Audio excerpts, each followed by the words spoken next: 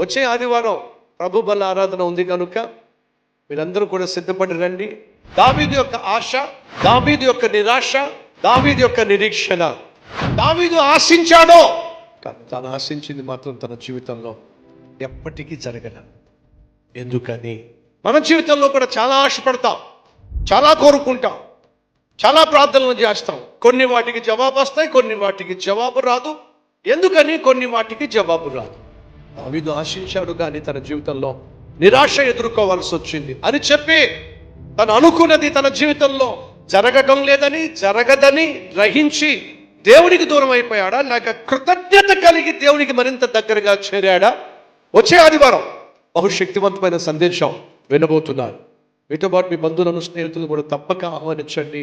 ఫలితంగా వారి జీవితాలను వెలిగించే ప్రయత్నం చేయాల్సిందిగా కోరుతున్నాను.